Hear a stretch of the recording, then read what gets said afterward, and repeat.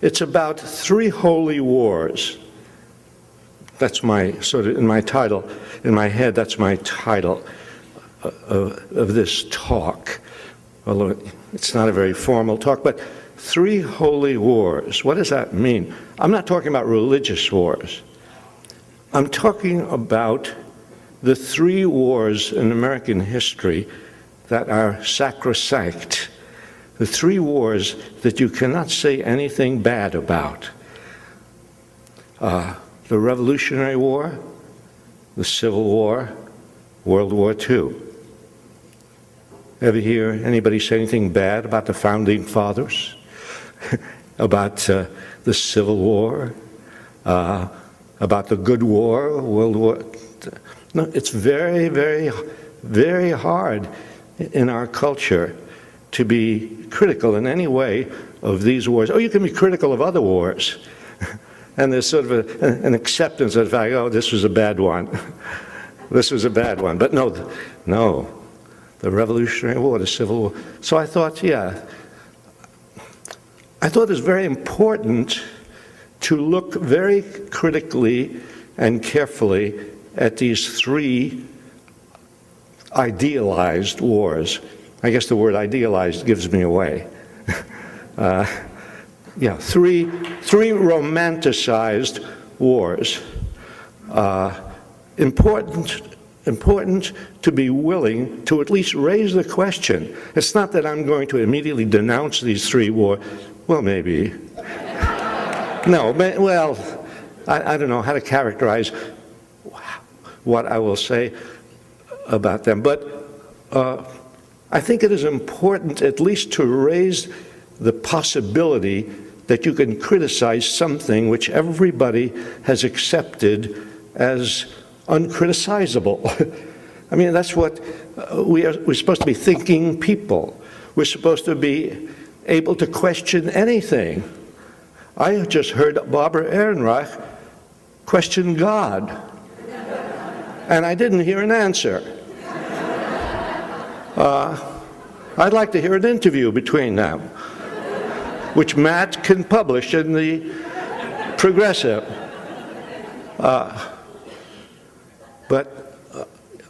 Yeah, just to, if we're thinking human beings, we have to be willing to question everything, including these wars, which nobody wants to say anything bad about. And so that's what I'm going to just start to do, because it's a very big topic, and I only have a little bit of time, and I've been warned about time. They have a guy here who warns you, and he's a very tough-looking guy, and he warns you about time. So I only have a bit of time, just enough to introduce a few ideas, just to think about. Okay?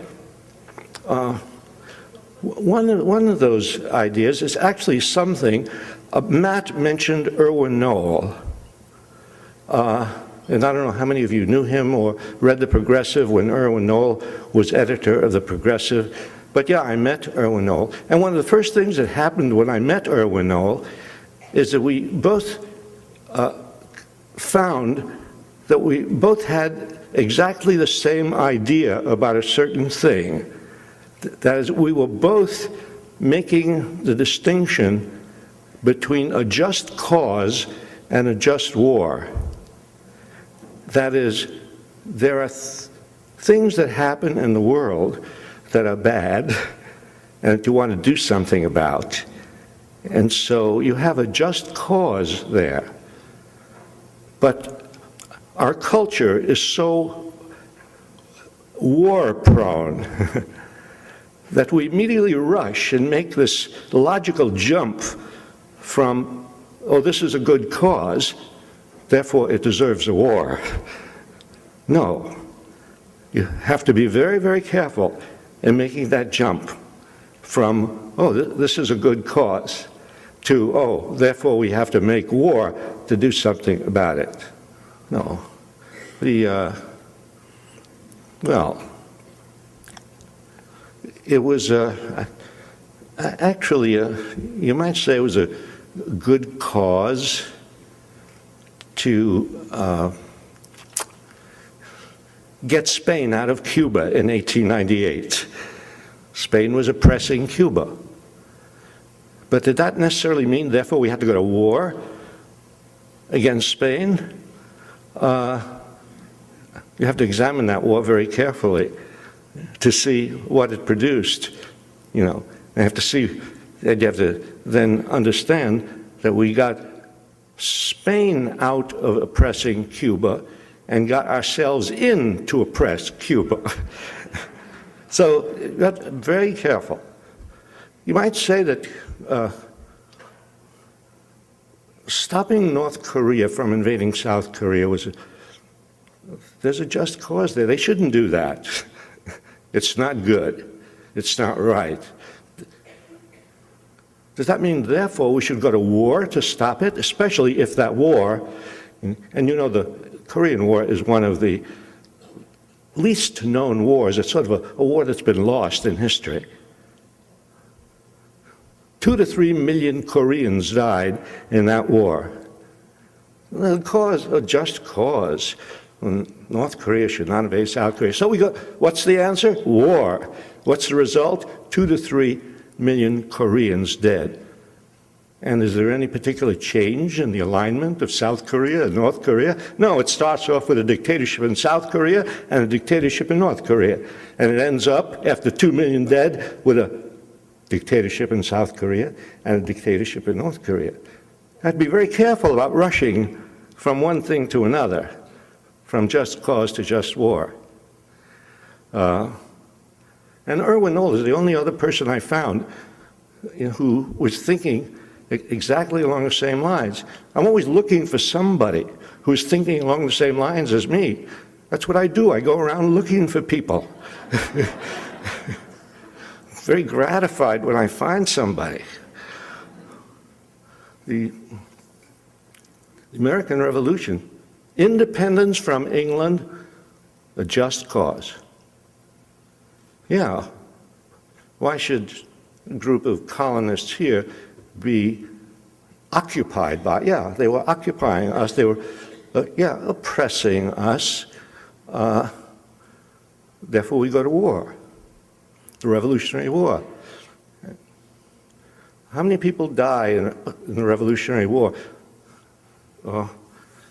Nobody knows exactly. By the way, you'll find out when you look at the statistics of war dead that nobody ever knows exactly how many people die. Who cares? But 25,000 to 50,000 people die. Let's take the lower figure. 25,000 die in the Revolutionary War in a population of 3 million. That would be equivalent today to 2.5 million people dying in a war to get England off our backs. Well, you might consider that worth it, or you might not. Canada is independent of England. Aren't they? I think so. Not a bad society. They have good health care. They have a lot of things we don't have. They didn't fight a bloody Revolutionary War. Why do we assume that you had to fight a bloody Revolutionary War to get rid of England? Do you know that, I always start off saying, do you know, because I figure people don't know this and they'll be gratified that I'm telling them this. That in the year before the first shots were fired, those famous shots, the shot that was heard around the world, Lexington, Concord, April of 1775, the beginning of the Revolutionary War, that the year before that, farmers in western Massachusetts had driven the British government out of most of western Massachusetts without firing a shot. They had assembled by the thousands and thousands around courthouses, around official offices, and they'd just taken over and they said goodbye to the British officials. It was a nonviolent revolution that took place. But then came Lexington and Concord, and the revolution became violent, and then the revolution was taken over, not by the farmers, taken over by the founding fathers. Farmers were rather poor. the founding fathers were rather rich. The Revolutionary War is not as simple as it first seems, you know. Oh, independence from England, good. Not that simple. Who actually gained from that victory over England? There were people who gained, no question about that. But it's very important to ask, especially if you're considering a war or evaluating a war, who gained what? And differentiate among the different parts of the population about who benefited from a certain policy. That's one thing we're not accustomed to in this country, because we don't think in class terms. We think, oh, we all have the same interest. We all have the same interest, independence from England. We did not have all the same interest. Do you think the Indians cared about independence from England? No. In fact, the Indians were unhappy that we won independence from England, because England had set a line. Proclamation of 1763 has set a line and said, you can't go westward into Indian territory beyond this line. And they didn't do it because they loved the Indians. They didn't want trouble, right? When Britain was defeated in the Revolutionary War, that line was eliminated. And now the way was open for the colonists to move westward across the continent, which they did for the next 100 years, committing massacres and making sure that they destroyed Indian civilization. So you're going to say, you know, when you look at the American Revolution, hey, there's a factor you have to take into consideration. The Indians, no, didn't benefit. Did blacks benefit from the Revolution? Slavery was there before, slavery was there after. No, and we remained a slave society after the Revolution. Not only that, we wrote slavery into the Constitution. We legitimized it. What about class divisions? Why do we assume, well, aside from blacks and slaves and Indians, what about just ordinary, let's say, white farmers? Did they have the same interest in the Revolution as John Hancock or Gouverneur Morris or or Madison or Jefferson or the slave owners or the bondholders? Not really. It was not all the common people getting together to fight against England. Washington had a very hard time assembling an army. Well, they've got an army. They promised people. They took poor guys and promised them land.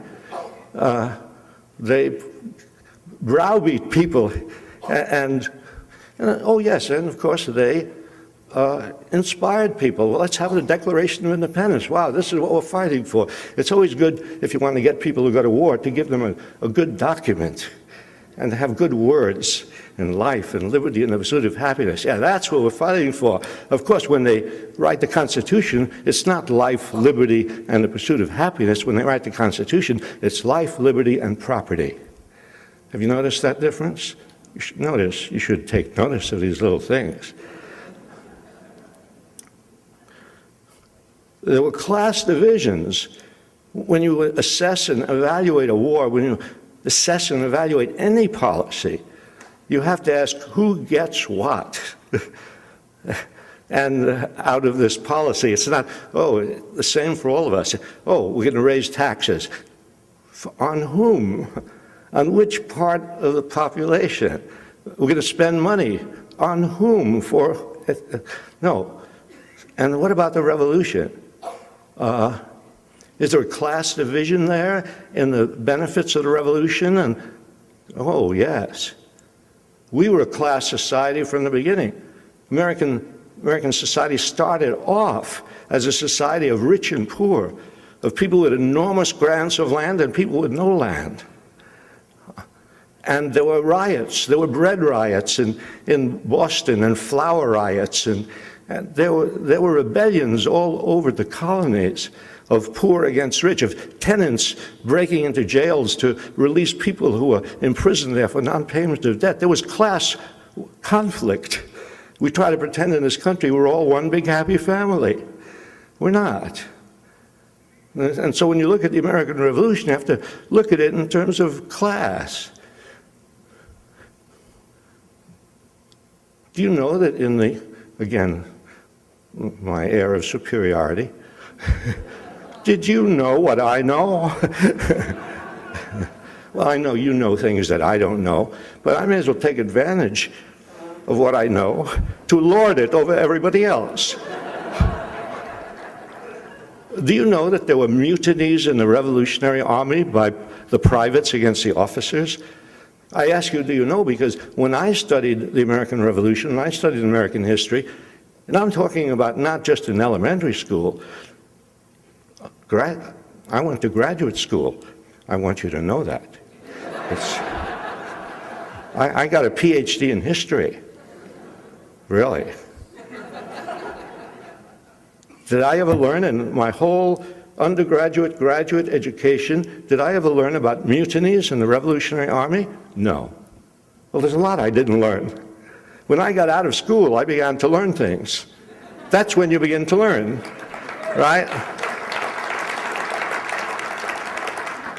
You go to the library. There's nothing like a library. And there were mutinies of ordinary soldiers who saw the way the officers were treated. The officers were getting fine clothes and good food and high pay, and the privates were, well, you saw the Valley Forge and the no shoes and the bad clothes, and they weren't getting paid. They mutinied, thousands of them, and not just 5 or 10, thousands of soldiers mutinied. So many, the mutiny in the Pennsylvania line, as it was called, George Washington worried about this. It was too much to handle. He couldn't put this down. So he made compromises with them.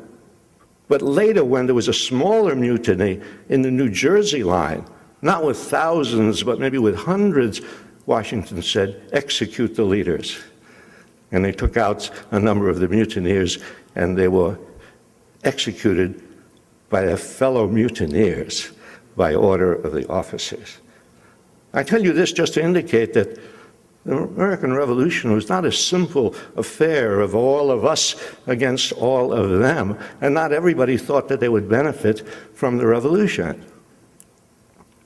And sure, it was a benefit to be freed from England, but in proportion to the population, 2.5 million people die, right?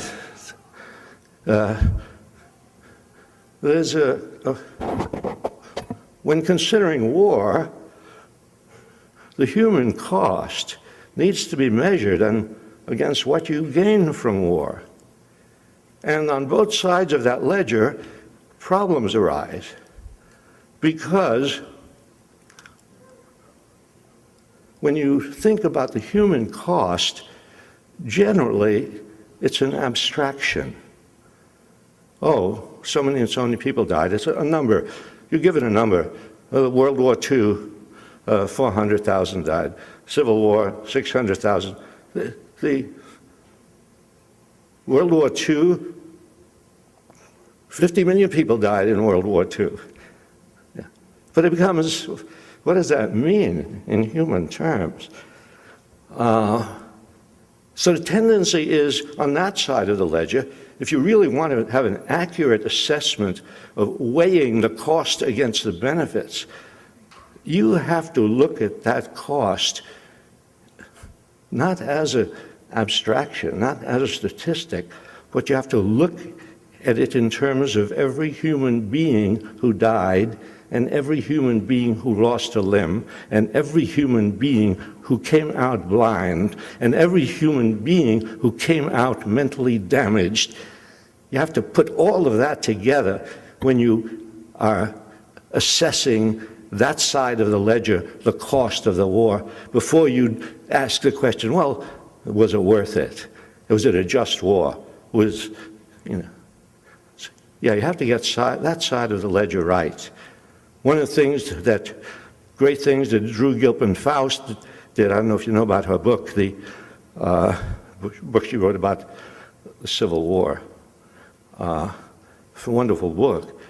The great thing about her book is she brings home in very explicit, very human terms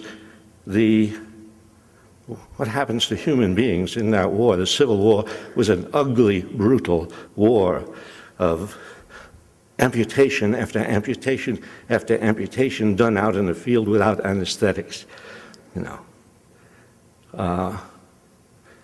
So you have to have a careful assessment of that.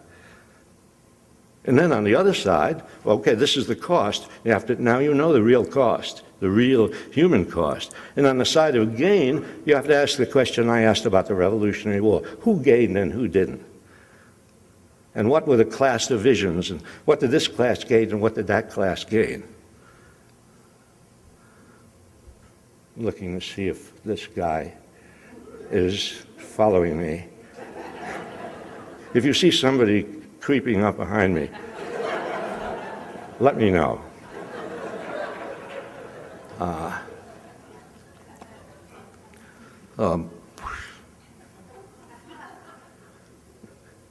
In the Civil War, again, we learn about the Civil War, North versus South, the blue versus the gray, battles, Antietam and Gettysburg. Hey, who in the North, who in the South? What divisions were there? Well, it was a war to free the slaves. But also there was a class element to it in that poor white people were conscripted into a war which didn't have much meaning for them, and where they were being drafted and where the rich could get out of the draft by paying $300. And so there were riots. Probably a lot of you have heard about the draft riots that took place in New York and other cities during the Civil War. Yeah. There was class conflict in the North. There were some people in the North who got rich during the war. There were fortunes made. J.P. Morgan made a fortune during the Civil War. And that's what wars do. They make some people very rich. And the poor go to fight in the war. Okay, I agree. I mustn't ignore the positive side. And I'm going to come back to that about, emancipation. Freeing the slaves. That's no small matter. That's a big thing on that side of the ledger. But let's say one more thing about class conflict in the Confederacy. There was class conflict in the Confederacy. Most whites were not slave owners. Maybe 1 out of 6 whites was a slave owner. Whites were not slave owners. Whites were poor jokers fighting in this war for what? And dying at a much higher rate than the soldiers of the North. I mean, the Confederate losses were greater proportionately than the losses in the North. And as the mayhem went on, as the bloodshed magnified, their families back home were starving because the plantation owners were growing cotton instead of food.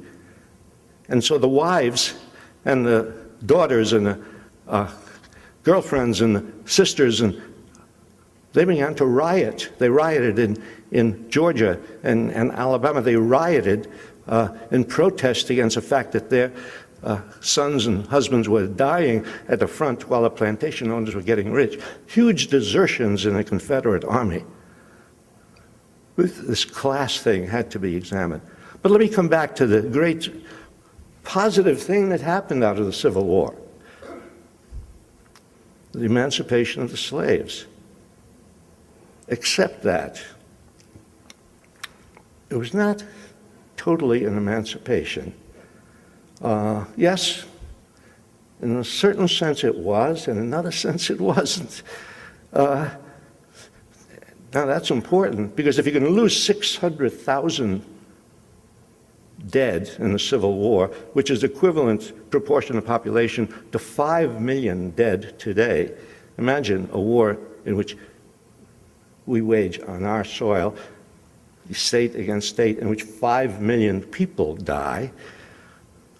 Well, maybe it's worth it if you really result The result is to free 4 million black people, bring them into freedom. Well, they weren't exactly brought into freedom. They were brought into semi-slavery.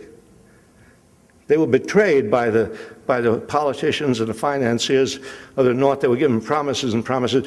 But sure, they were no longer technically slaves, but they were left without resources. They were really left at the mercy of the same plantation owners who had owned them as slaves, and now they were serfs. Now they were tenant farmers. Now they couldn't move from one place to another. They were hemmed in by all sorts of restrictions, and many of them were put in jail on false charges. They had vagrancy statutes were passed so that employers could pick up blacks off the street and force them to work, kind of slave labor. I say all this just to indicate that, well, that business of, well, it may have been okay for 600,000 people to die because we ended slavery. Not quite.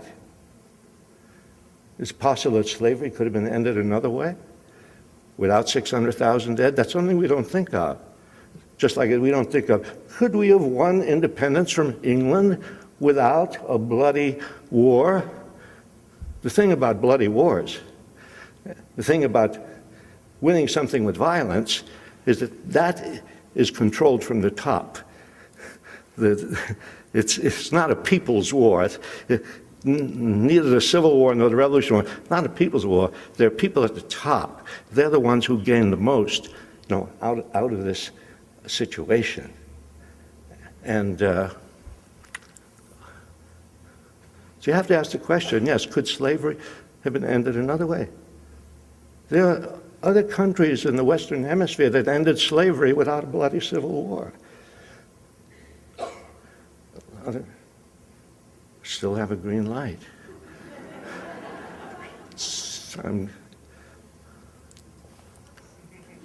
Because I was wondering if I'd be able to get to World War II.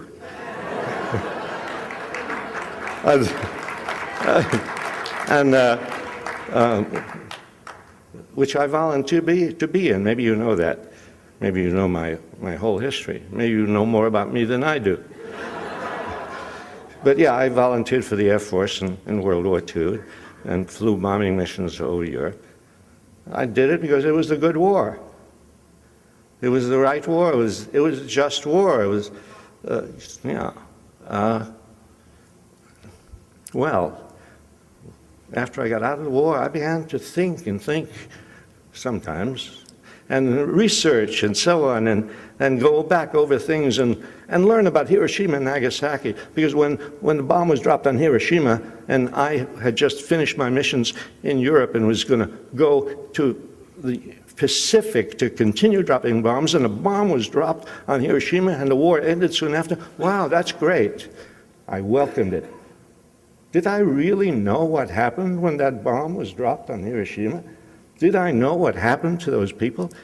Did I have any idea what that meant to those hundreds of thousands of people, of men, women, and children? No, I did not. When I began to think about that, and then began to think about the people under my bombs, whom I hadn't thought about, I never saw them. Flying 30,000 feet, you don't see anybody, just drop bombs. Warfare today is a very antiseptic thing. People blithely, they send Predator missiles, without any pilots at all, right? That's easy. We'll just kill people, and we won't even take any chances of having anybody shut down.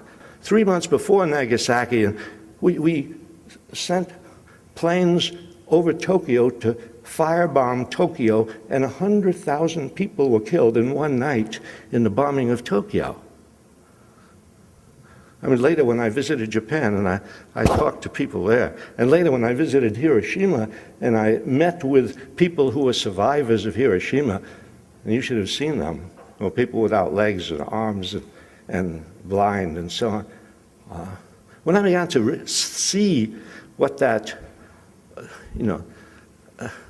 meant, that war, the 50 million dead in the war, and well, you say, well, we defeated fascism. Did we? Did we, really? That's another thing, you know. So you find that the Revolutionary War, well, not everything turned out well after the Revolutionary War.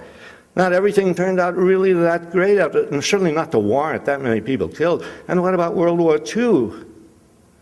50 million people dead, and oh, sure, you got rid of Hitler, you got rid of the Japanese military machine and Mussolini, but did you get rid of fascism in the world? Did you get rid of militarism? Did you get rid of racism? Did you get rid of war? We've had war after war after war. What did those 50 million people die for? We have to rethink this question of war and come to the conclusion. I think the guy who's monitoring this has fallen asleep. And believe me, I am not going to wake him.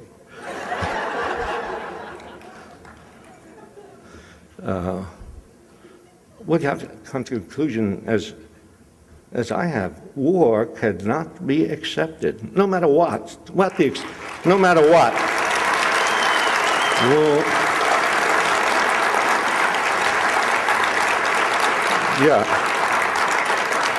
You know, no matter what the reasons given, the excuse given, liberty, democracy, this, that, you know, no, war is by definition the indiscriminate killing of huge numbers of people for ends which are uncertain. If you think about means and ends, you think about that ethical proposition and apply it to war, the means are horrible, certainly. The end is uncertain. That alone should make you hesitate. And then, of course, people always ask the question, this question has always been asked of me, and so I'm going to preempt your asking it, even in your head. Yeah, but what else were we to do? This is what people ask. What else are we to do about this, about that, about independence from England, about slavery? And, you know. By the way, an interesting thing about slavery, John Brown wanted to free the slaves. This is a year before the Civil War, right? He tries to start, wasn't very good at it, but he tried to start a slave insurrection, hoping that would, you know, it would spread and spread and spread. Maybe they'd end slavery that way. He's executed by the government of the United States and the state of Virginia for using such violence. The next year they start a war which ends up with 600,000 dead, and everybody is celebrating that slavery has ended in that way. Well, yeah, just one point I want to make. This is a question that says, what else would you do? And they say, what else? Yeah, but Hitler, you had to do something. Something about Hitler. I agree, you have to do something about all these things. You have to do something about winning independence if you're oppressed. You have to do something about slavery if there's slavery. You have to do something about fascism. You have to do something about all these things. But you don't have to do war. Yeah. You have to, if we have any brains, I don't know if we do, but we're supposed to be smart. We are smart in so many ways. Surely we should be able to understand that in between war and passivity, there are 1,000 possibilities, you see.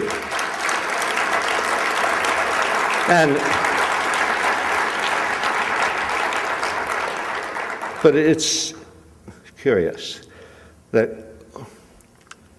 once a historical event has taken place a certain way, that is, once history has played itself out in a certain way, you know, Hitler invades Czechoslovakia, Poland, we go to war lasts a number of years, the war is over. Once it has played out in a certain way, fascism is over.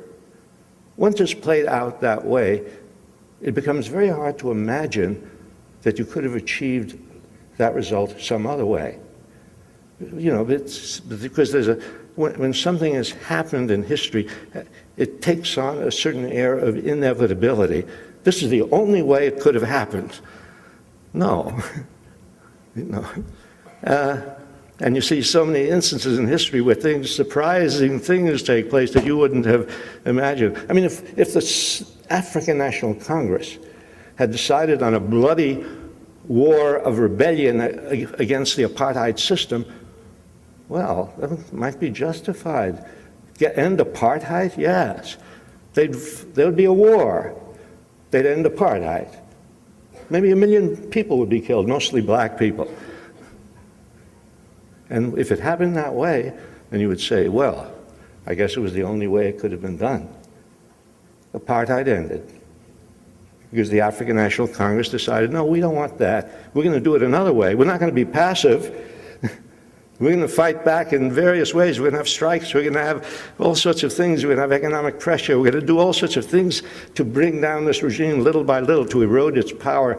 Yeah, but we're not going to have a bloody war in which we are going to be the victims, mostly. Anyway,